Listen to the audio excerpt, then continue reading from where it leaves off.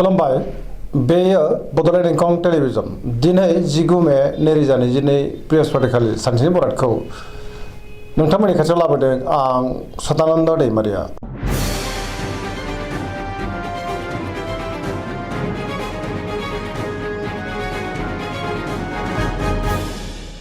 सिगां फरायनो लादों मेष राशि गिबि हांखो अ ल।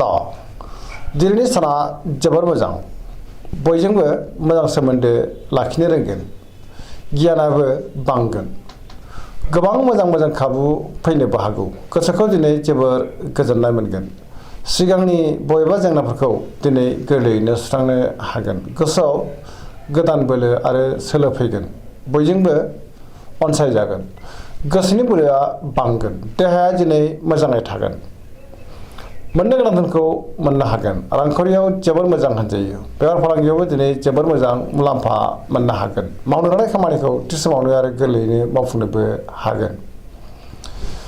न'खराव बिसि फिसायनि गेजेराव अनलायनाय फैगोन, समाजाव दिनै गोबां मान मोननो हागोन, बयनिबो गोसोखौ जै खालामनो हागोन। सेंग्रा सिख्लाफ्रा गावबा गावनि गोसोनि साननायखौ फोरमायलायनो हागोन, गोसोआ जोबोर रमान्टिक जागोन, गोसोनि साननायफ्रा मोगथाङाव जाफुंगोन, पजिटिभ एनार्जिनि गोहोमबो गोग्लैगोन।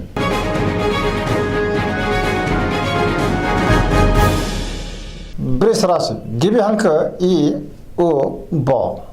दिनैनि साना मोजां आरो गाज्रिनि गेजेरजों बाबेरलांगोन, सोलोनि आंखाल जानो हागौ, गोसोआ दिनै जोबोर गिलुं जागोन आरो जिंगा बांनोबो हागौ। गोगो आरो गोथों साननो रोंनाय नङा, गुबुननि थाखाय नाङा फाङा जेंनायाव गोग्लैनांनोबो हागौ। गोसोखौ दिनै जोबोर गुलाय गुजाय मोनगोन, सोरजोंबा सोंखारि जानोबो हागौ, गावखौनो लोगो गोमाजानाय बायदि मोनगोन, सोरबा आंगोजों एना एनि फैनोबो हागौ। मावनो लानाय खामानिखौ मावफुंनो गोब्राब जागोन, गोबां हेंथा नुजानो हागौ। रांखावरियाव मोजां, नाथाय अब्लाबो खरसायाबो बांगोन। बेफार फालांगियाव मोजां मुलाम्फा मोननो हागोन, न'खराव दिनै बिसि फिसायनि गेजेराव एना एनि फैनोबो हागौ। देहाया मोजाङैनो थागोन, गुबुननि गोसोखौ बोनो हानाय नङा। जायखि खामानि मावा मानो मोनफ्रोमबो खामानिखौनो मावफुंनो गोब्राब जागोन, माबा नङा माबा मोनसे हेंथा फैनोबो हागौ। सोरबा लोगोनिफ्राय गाज्रि खौरां फैनोबो हागौ। सेंग्रा सिख्लाफ्रा गोसोखौ जोबोर आला खाला मोनगोन, नेगेटिभ एनार्जिनि गोहोमबो गोग्लैनो हागौ।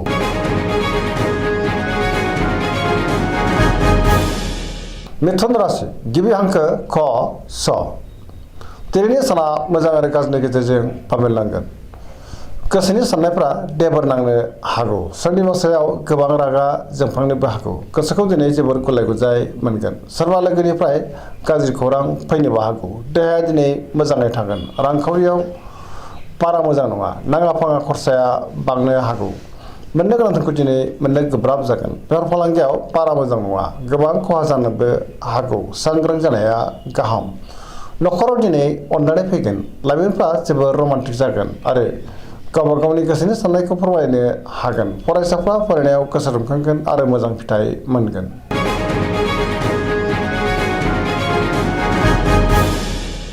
कर्कट राशि गिबि हांखो ड ह।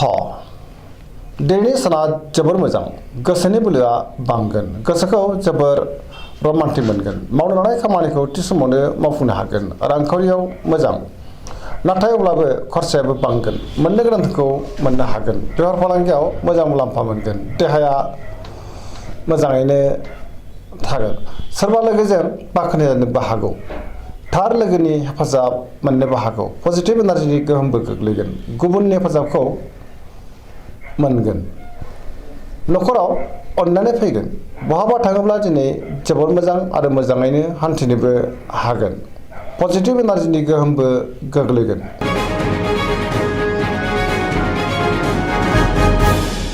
सिंह राशि गिबि हांखो म ट। दिनैनि साना बारा मोजां नङा, देहाया बारा मोजां थानाय नङा, हरखाबै माबा मोनसे जाब्रबथायबो जानो हागौ, सांग्रां जानाया गाहाम। गोसोखौ दिनै जोबोर उसुखुथु मोनगोन, गोसोनि लुबैनाया बांद्राय जागोन, मावनो लानाय खामानिखौ मावफुंनो हागोन।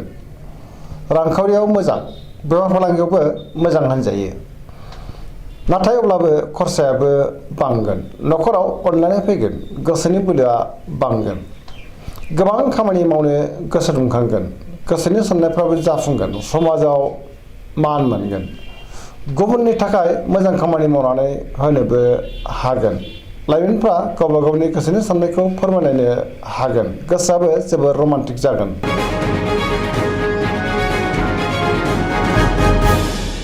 कन्या राशि गिबि हांखो प ट।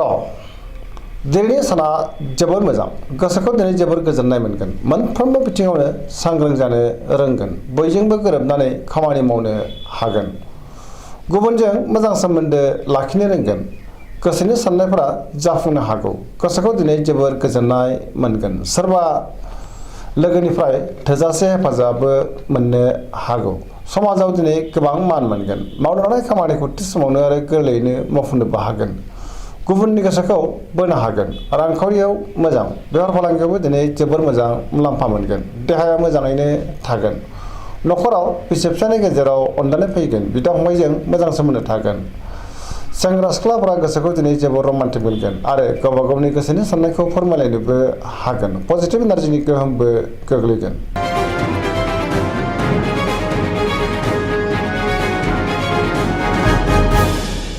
तुला राशि गिबि हांखो र ट।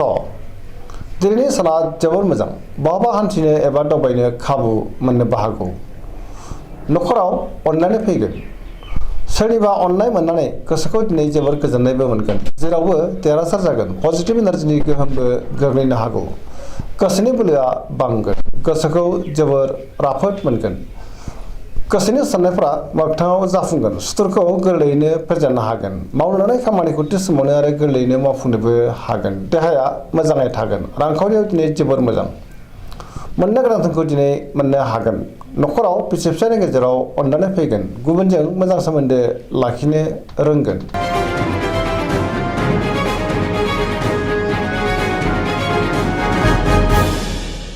वृश्चिक राशि गिबि हांखो न स। दिनैनि साना बारा मोजां नङा, बहाबा दावबायहैनो खाबु मोनगोन आरो मोजाङैनो हान्थिनोबो हागोन, गोसोआ नाथाय जोबोर आला खालाबो जानो हागौ, गोसोखौ जोबोर उसुखुथु मोनगोन, गोसोनि साननायफ्रा देबोरनांगोन, गोसोनि बोलोआ नाथाय बांगोन, समाजाव मानहानि जानांनोबो हागौ, सांग्रां जानाया गाहाम, सोरजोंबा रायखोमा जानोबो हागौ, बहानिफ्रायबा गाज्रि खौरां फैनोबो हागौ, मावनो लानाय खामानिखौ मावफुंनो हागोन, न'खराव अनलायनाय फैगोन, रांखावरियाव मोजां, आयाबो बांगोन, मोननो गोनां धोनखौबो दिनै मोननो हागोन, बेफार फालांगियाव मोजां मुलाम्फा मोनगोन, देहाया मोजाङै थागोन, लोगोफोरनि हेफाजाब मोननो गोब्राब जागोन, फरायसाफ्रा फरायनायाव गोसो दुंखांगोन आरो मोजां फिथाइ मोननो हागोन।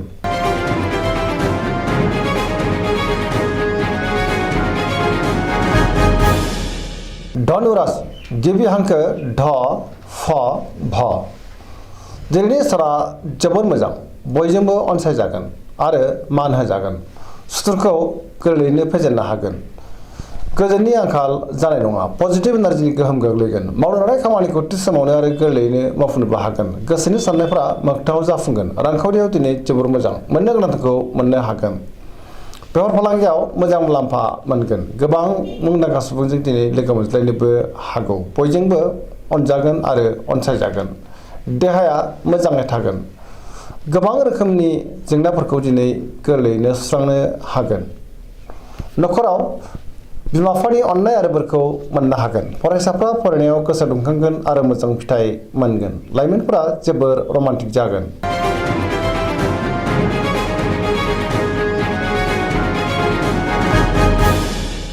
मकर राशि गिबि हांखो ख ज। दिनैनि साना बारा मोजां नङा, गोसोखौ दिनै जोबोर उसुखुथु मोनगोन, सोरनिबा सायाव गोबां रागा जोंफ्लांनो हागौ, गोजोननि आंखाल जानोबो हागौ, गोसोआव नाथाय बोलो बांगोन, देहाया बारा मोजां थानाय नङा, गोबां रोखोमनि देहायारि जेंनाजों मोगा मोगि जानांनोबो हागौ आरो खस्थ' मोननांगोन, रांखावरियाव मोजां, मोननो गोनां धोनखौ दिनै मोननो हागोन, बेफार फालांगियाव मोजां होनजायो, न'खराव अनलायनाय फैगोन, समाजावबो मान मोननो हागोन, सोरबा लोगोनिफ्राय मोजां खौरां फैनोबो हागौ, गुबुननि गोसोखौ बोनो हागोन, अब्लाबो नाथाय नेगेटिभ एनार्जिनि गोहोमबो गोग्लैनो हागौ, सांग्रां जानाया गाहाम।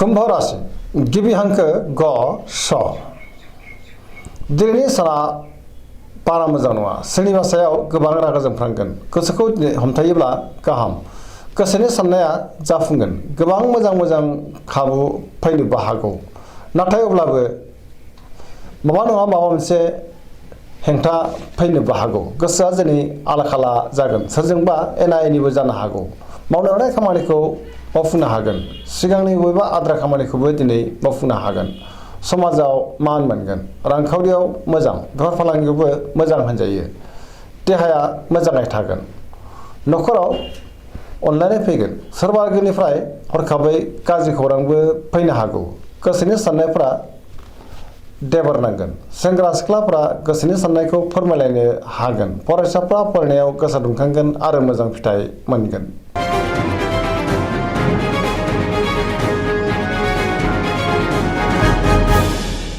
मीन राशि गिबि हांखो ड स दिनैनि साना मोजां आरो गाज्रिनि गेजेरजों बाबेनलांगोन मावनो लानाय खामानिखौ थि समावनो आरो गोरलैयैनो मावफुंनो गोब्राब जागोन गोबां नाजानांगोन गोसोखौ जोबोर लोरबां मोननो हागौ गुबुननि हेफाजाब मोननो गोब्राब जागोन सोरजोंबा रायखोमा जानोबो हागौ गोसोनि बोलोआ लोरबां जागोन गावनि गोसोनि साननायखौ गुबुननो फोरमायनो हानाय नङा गोजोननि आंखाल नुजानो हागौ देहाया मोजाङै थागोन रांखावरियाव मोजां बेफार फालांगियावबो मोजां होनजायो न'खराव अनलायनाय फैगोन बिदा फंबायनि हेफाजाबखौ मोननो हागोन अब्लाबो नाथाय सोरबा आंगोजों थगायजानोबो हागौ सुथुरा फेजेननो नाजागोन सोरबा सुथुरनि गाज्रि नोजोर गोग्लैनोबो हागौ लाइमोनफोरनि गोसोआ दिनै जोबोर आला-खाला जागोन दिनैनि राशि फरायनाया एसेनोसै जोबनायाव बेखौनो खावलायो जाहाथे नोंथांमोना सानफ्रामबो जोंनि बे बड'लेण्ड इंखं टेलिभिजनखौ नायबाय थायो आरो साबस्क्राइब खालामो लोगोसे लाइक खालामो आरो शेयार खालामो एसेनोसै गोजोन्थों।